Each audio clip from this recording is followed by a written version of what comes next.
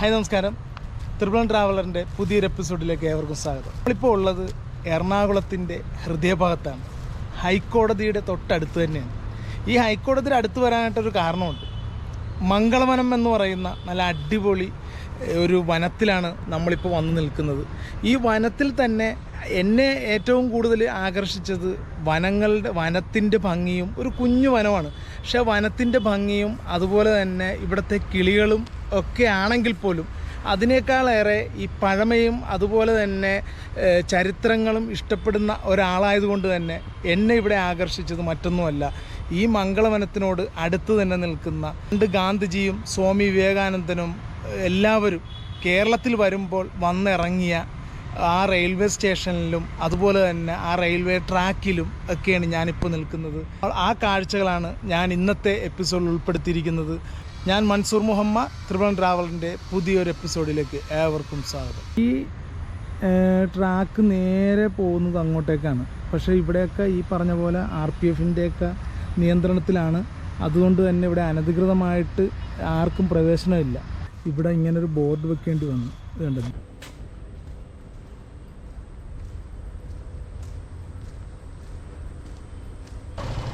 Mangalavanam sanctuary.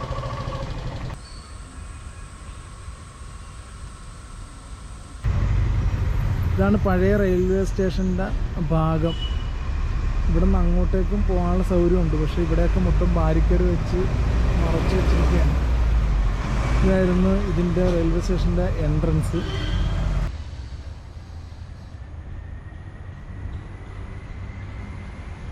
ഇത് കണ്ട, ഈ ട്രാക്ക് നേരെ പോകുന്നത് അങ്ങോട്ടേക്കാണ്, പക്ഷേ ഇവിടെയൊക്കെ ഈ പറഞ്ഞ പോലെ RPFൻ്റെയൊക്കെ നിയന്ത്രണത്തിലാണ്.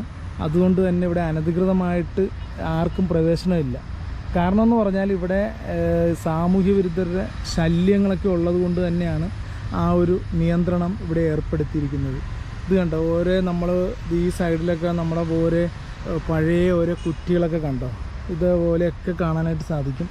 ഇത് കണ്ടോ, ആ ഭാഗത്തുകൂടി തൊട്ട് പറ്റേ കൂടി തന്നെ വണ്ടികളെല്ലാം പോകുന്നു. അതുപോലെ തന്നെ ഈ മംഗളവനത്തിനോട് അടുത്ത് തന്നെ നിൽക്കുന്ന ഒരു കാടും കൂടി ആയതുകൊണ്ട് തന്നെ ഒത്തിരി കുരങ്ങന്മാരും അതുപോലെ തന്നെ വൃക്ഷലതാദികളും അതുപോലെ മറ്റ് നല്ല നല്ല കിളികളും ദേശാടന പക്ഷികളുടെയും എല്ലാം ഒരു വാസസ്ഥലമായി മാറിയിരിക്കുകയാണ്. മനുഷ്യരുടെ ആരുടെയും തന്നെ ശല്യമില്ലാത്തത് കൊണ്ട് തന്നെ അവരുടെ ആവാസ കേന്ദ്രമായി മാറി ഈ ഒരു കാട്. 1902 മറ്റാണ് ഇത് പണി കഴിപ്പിച്ചതെന്നാണ് പറയുന്നത്, ഇത് പണിതെന്നാണ് പറയുന്നത്. ഇത് കണ്ട മൊത്തം അവശിഷ്ടങ്ങൾ നമുക്കിവിടെ കാണാനായിട്ട് സാധിക്കും.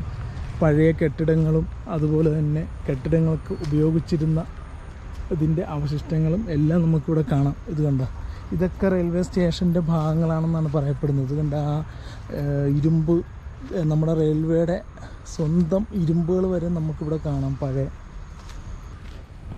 ഈ ആൾക്കാരുടെ ശല്യം കൂടി വന്നപ്പോൾ ഇവിടെ ഇങ്ങനൊരു ബോർഡ് വെക്കേണ്ടി വന്നു. ഇതുണ്ട്, ദക്ഷിണ റെയിൽവേ തിരുവനന്തപുരം ഡിവിഷൻ്റെ പ്രൊഹിബിറ്റഡ് ഏരിയ.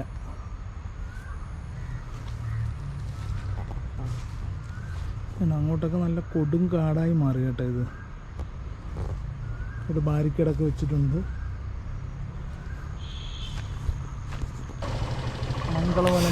നമ്മളിപ്പോൾ കയറി വരുന്നത് നേരെ ഹൈക്കോടതിയുടെ പുറകുവശത്തുകൂടിയാണ് കേട്ടോ. ഈ ബ്രിഡ്ജ് കയറി അപ്പുറം ചെല്ലുന്നത് നമ്മുടെ ഈ പറഞ്ഞ ബേർഡ് സാങ്ച്വറിയിലേക്കാണ്.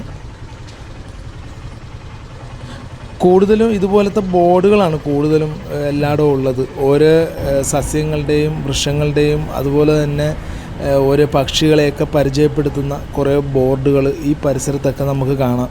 കൂടുതലും ഈ ഒരു വനം അതുകൊണ്ട് ഉദ്ദേശിക്കുന്നത് കുട്ടികളെയാണ്. സ്കൂളിൽ പഠിക്കുന്ന കുട്ടികൾക്കാണ് ഈ ഒരു ചെറിയൊരു വനം കൊണ്ട് പ്രയോജനപ്പെടുന്നത്. കാരണം കുറേ വൃക്ഷങ്ങളെയും, ഇത് കണ്ടോ, ഇതുപോലെയുള്ള കുറേ വൃക്ഷങ്ങളെയും അതുപോലെ തന്നെ സസ്യലതാദികളെയും എല്ലാം പരിചയപ്പെടാനായിട്ട് സാധിക്കും. കുറേ പക്ഷികളെയും അതുപോലെ തന്നെ മറ്റ് വൃക്ഷങ്ങളെയും എല്ലാം പരിചയപ്പെടുത്തുന്ന ഒരു ചെറിയൊരു വനമാണ് ഇത്. ഇവിടുത്തെ സമയം എന്ന് പറയുന്നത് 10 മണി മുതലാണ് തുടങ്ങുന്നത്. വൈകുന്നേരം വരെ നമുക്ക് ഇവിടെയൊക്കെ കറങ്ങാം. പക്ഷേ ശരിക്കും പറഞ്ഞാൽ അധികം കറങ്ങാനൊന്നും ഇവിടെ നമുക്ക് സമയം കിട്ടില്ല. സമയമല്ല, സമയം നമുക്ക് കൂടുതലായിരിക്കും എപ്പോഴും, പക്ഷേ അതിനുള്ള സ്ഥലം ഇല്ല. കുറച്ച് ഏറ്റവും ചെറിയ ഒരു വനമായിട്ടാണ്, ഒരു പരിസ്ഥിതി കേന്ദ്രമായിട്ടാണ് ഇതിനെ കാണുന്നത്. ചെറിയ കുറച്ച് കണ്ടൽക്കാടുകളും. മുതിർന്നവർക്ക് 10 രൂപ, കുട്ടികൾക്ക് സൗജന്യമാണ്, പിള്ളേരെ വിദ്യാർത്ഥികൾ 5.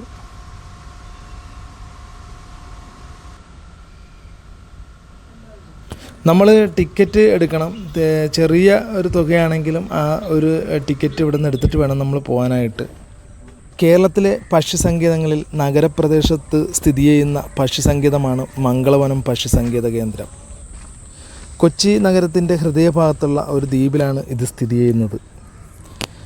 274 ചതുരശ്ര കിലോമീറ്റർ ആണ് ഇതിൻ്റെ വിസ്തൃതി. കണ്ടൽക്കാടുകളും മരങ്ങളും നിറഞ്ഞ ഇവിടെ ധാരാളം ദേശാടന പക്ഷികൾ എത്താറുണ്ട്. ചിലന്തികളും വവ്വാലുകളുമാണ് ഇവിടുത്തെ പ്രധാന ആൾക്കാർ. 2004 നിലവിൽ വന്ന മംഗളവനം പക്ഷിസങ്കേതം സംസ്ഥാന വകുപ്പിൻ്റെ കീഴിലുള്ള ഏറ്റവും ചെറിയ സംരക്ഷിത പ്രദേശമാണ്. ഒരു ചെറിയ ഏറുമാടവുമെല്ലാം ഇവിടെയുമുണ്ട് ഇവിടുത്തെ കാഴ്ചകൾ കാണാനായിട്ട്. ഇത് ഏറ്റവും കൂടുതൽ ഉപയോഗിക്കുന്നത് കമിതാക്കൾ തന്നെയാണ്. കൊച്ചി നഗരത്തിൻ്റെ തിരക്കുകൾക്കിപ്പുറം നിശബ്ദമായ ഒരു കാട്, ആ കാട്ടിനുള്ളിൽ ചിലവഴിക്കാൻ കിട്ടുന്ന കുറച്ച് നിമിഷങ്ങൾ, അതാണ് മംഗളവനം എന്ന് പറയുന്നത്. ഈ ഒരു ചെറിയ വീഡിയോ നിങ്ങൾക്ക് ഇഷ്ടമായെന്ന് വിചാരിക്കുന്നു.